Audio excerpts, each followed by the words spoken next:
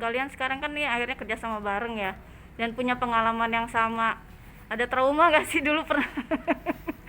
Maksudnya pernah mengalami hal yang sama gitu, pernah kejadian? Kalau saya nggak ada ini ya, nggak ada trauma. Dia pernah laporin saya, pernah jadi saksi. Saya nggak ada. Saya sekali lagi, saya tidak pernah membenci personal. Even dengan siapapun artis yang lagi bermasalah dengan saya pun, saya nggak punya permasalahan personal.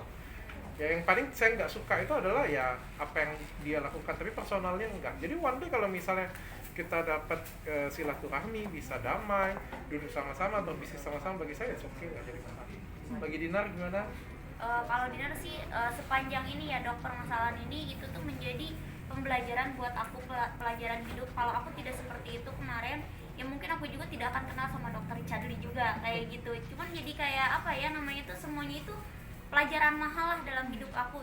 Bisa kejadian ini kejadian itu ya. Kalau misalkan kalau masalah trauma pasti ada gitu, cuman itu tergantung di diri kita mau dijadiin trauma yang berlebihan atau gimana, atau mau jadiin pembelajaran. Kalau menurut aku sih dijadiin pembelajaran, jangan, maksudnya tuh jangan sampai ke terjebak atau cuman dikata-katain orang, Dinar dokter ini tuh gini-gini atau produk ini tuh gini-gini gitu, tersulut omongan orang tanpa kita belajar dulu isinya itu apa. Kalau aku sekarang sih kalau mau bertindak apa-apa aku pelajarin dulu sebelum diomongin, karena ngeri gitu takut terjadi sesuatu lagi.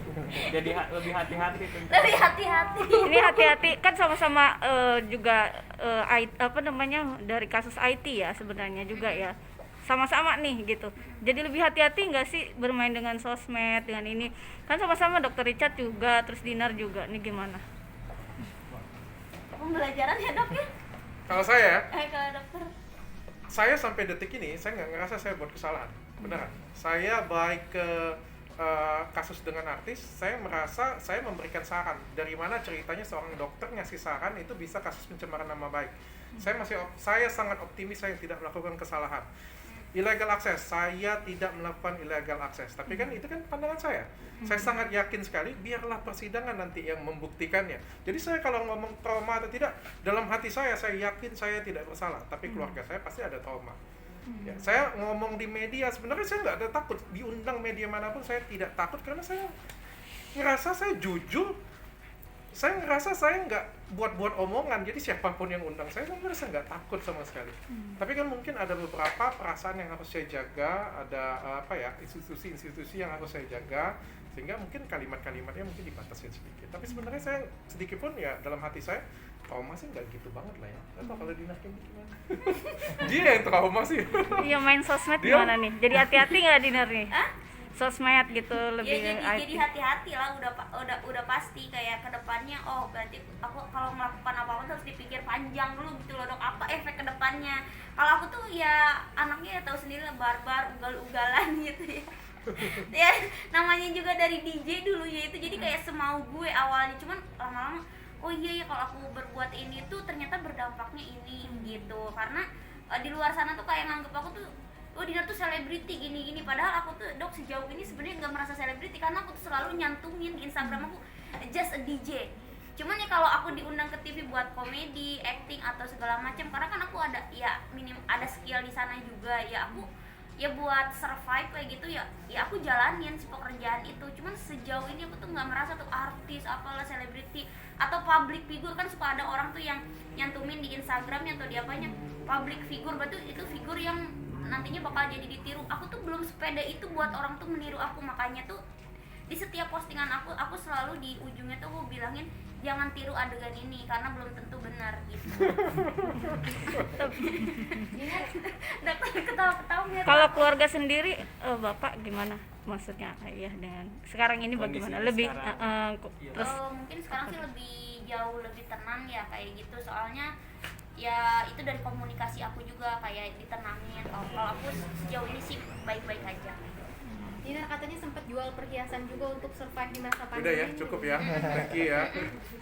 Thank you ya semuanya ya, makasih ya. Kalau misalnya KTK Putih membuka pintu mediasi atau permintaan maaf gitu. Wah itu kalimat dari dulu itu, tapi nggak ada. Jadi inilah yang saya bilang ya, saya pengen itu ada action ya.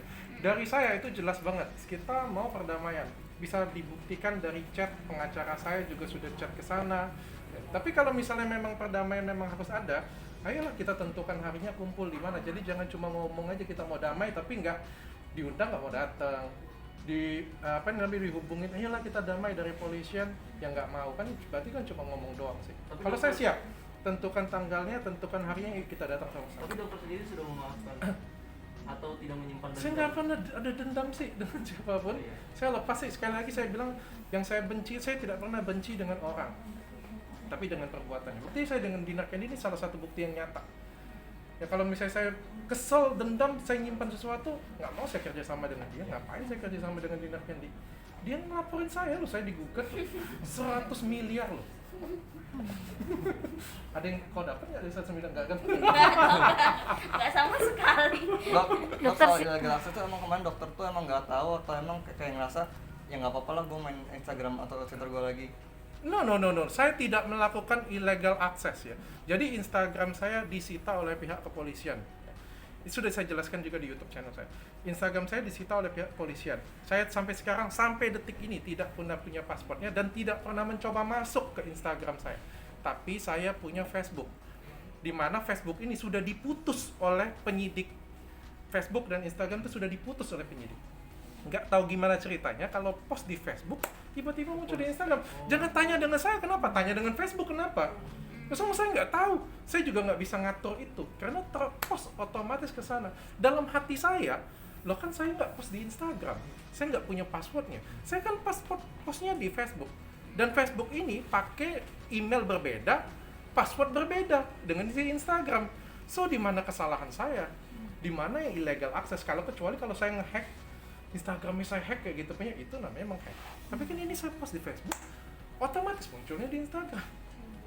So saya ngerasa saya nggak melakukan kayak gitu punya. Tapi ya polisi yakin, oke nggak apa-apa, kita buktikan saja di persidangan. Persidangannya kapan ya mulai? I don't know, saya tidak tahu. Saya tidak tahu. Tapi kan saya dikenakan pasalnya, kalau nggak salah dari sana kan pasal 30 di mana berusaha membobol. Ya kan saya nggak berusaha membobol, berusaha menghack, berusaha mengambil secara paksa, kan saya nggak. Tapi harus wajib lapor nggak, Dok? Dari pengacara saya semuanya ngatur. Oh, gitu. Oke. Oke, thank you. Terima kasih banyak.